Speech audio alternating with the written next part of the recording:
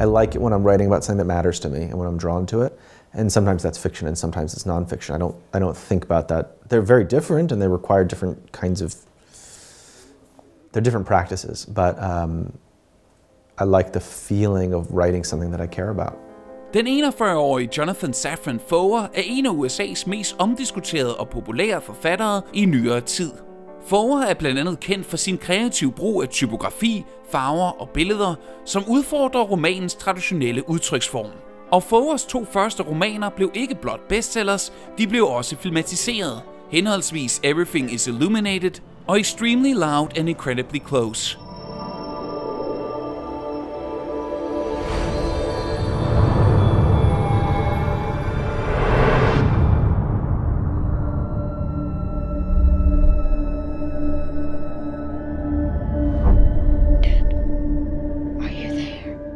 Men den tredje Foer-filmatisering adskiller sig en del fra de forrige. Eating Animals er nemlig en dokumentar, baseret på Foers faglitterære bog af samme navn fra 2009.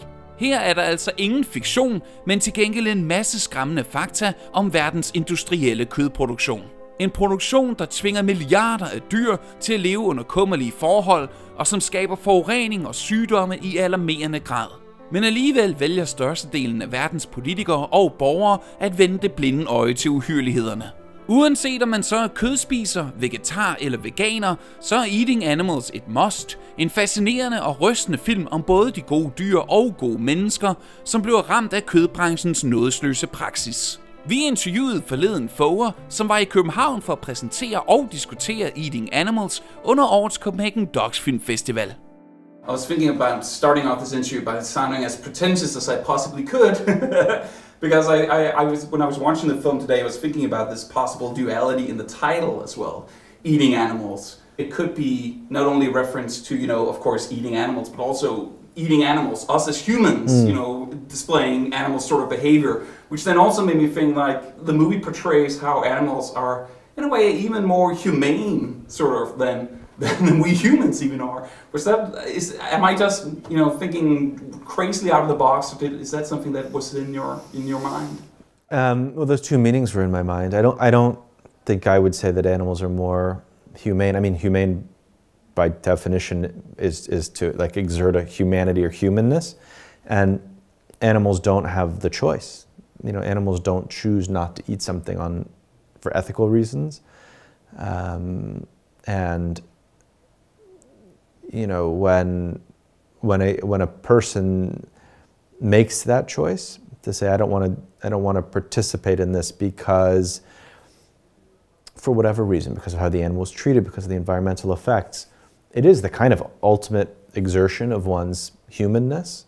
So, sometimes people will say, well, we evolved eating animals, which is a compelling way to think about it, but how did we evolve? We evolved to have these human brains, to precisely to be able to analyze situations and make choices, which other animals aren't capable of doing. So nothing makes me feel more human than thinking something through, even if the conclusion is in some way like in opposition to like animalistic instincts. But it's interesting what you're saying about thinking things through, because I think it's Bill Nyman, who's a rancher who appears in the film, who says that if people are alerted to how this industry works and are shown these images, then they wouldn't want to eat these sorts of foods. Do you think that it's that easy? And how do we actually confront people with this sort of knowledge and the footage? Because I know sometimes I've scrolled past some of these videos on my news feed and thought it's too uncomfortable for me to watch this right now and to actually have an opinion about it. So how do we make people have an opinion about it and really be alert about it? It will be different for different people.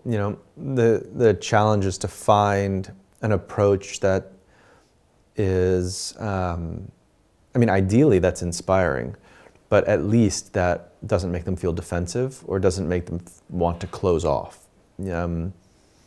I know the experience you're talking about. Like I often don't want to approach something, whether it's about this subject or about something else, like what's going on in Syria or the problem of homelessness in my community or The world is filled with problems. And I think that we would be better people and the world would be better if we found ways to engage with them. It doesn't mean that we have to change our lives, you know, in the effort to solve every problem. That would be silly in the first place. But we want to be open to them. You know, we want to know what's going on. And then we can make a choice as to what are the limits of our compassion or what are the limits of our ability to act and to change. So when I wrote the book, I gave this a lot of thought. You know, what is a language for discussing these things that will open people up rather than close them off? Which also sort of reflects your own stance from what I've read, that ordinarily in the conversation you're either vegetarian or you're a meat eater. There isn't really something in between. And also the film isn't that black or white either. Do you think that's very important in order for this discussion, for this conversation to happen, that you allow for sort of a middle ground between those ideologies? Of course, I think that, you know, binaries can be very destructive and can lead people away from what they actually feel and how they actually want to behave. So an analogy I often think of is lying. You know, if I were to say to you, are you a truth teller? Do you tell the truth? You would probably say, I try to, you know, but nobody does all the time. Just nobody. I read a statistic recently, I can't remember what the number was, but for the number of times the average person lies in the course of a day, and it was like 50 or 60, something like that. Just little white lies, you know, constantly. We've probably exchanged one or two already. It doesn't make us bad people, and it doesn't make us liars. It just makes us human. And so when we think about contexts that we care about, whether it's truth or whether it's the environment, you know, are you an environmentalist? I like to think that I care about the environment. I certainly do things all the time that are in conflict with that identity. Like I flew to Copenhagen.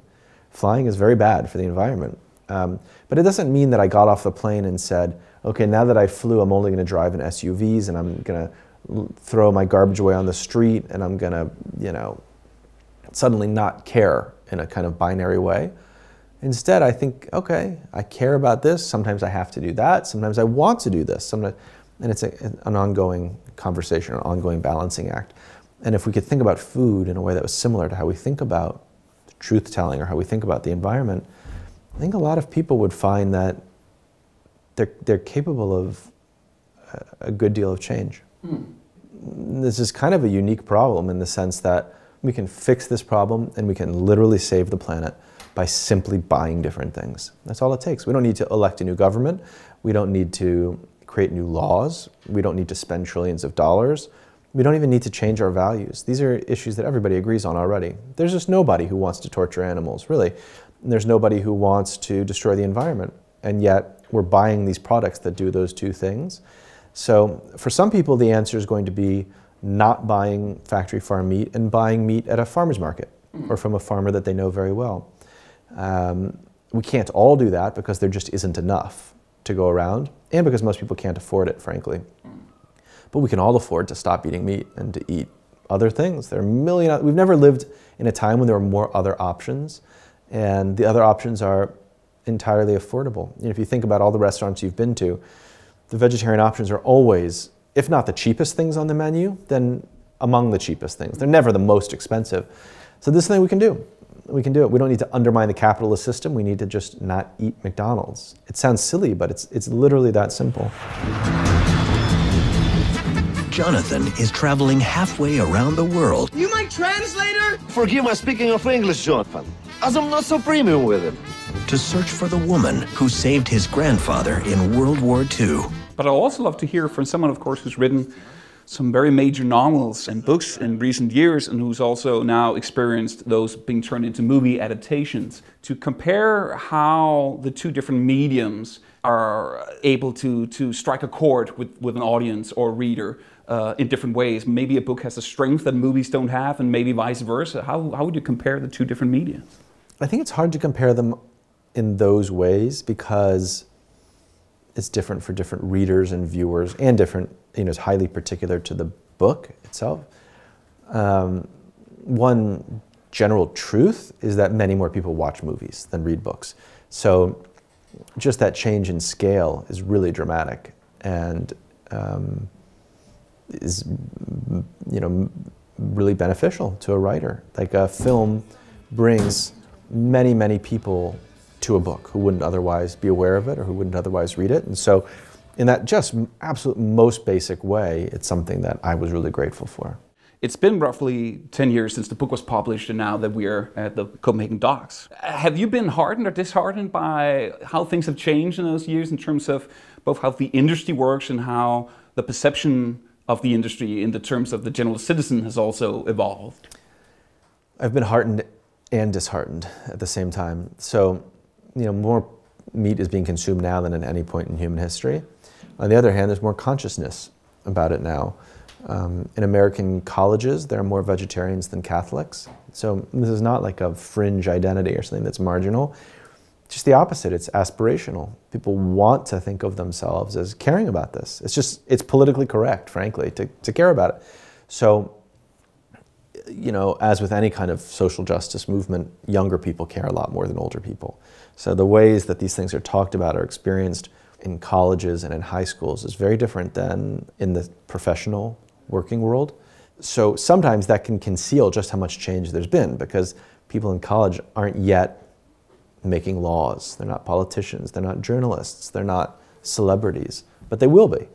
And they will be soon, in 5 years and 10 years. And when they are, I think the conversation will feel quite different, and we'll suddenly become aware of all this change that's been happening invisibly. Eating Animals kan stadig fanges på årets Copenhagen Docs. Den vises den 26. marts kl. 17.00 i Empire Bio. Billetter kan naturligvis bestilles via Copenhagen Docs hjemmeside.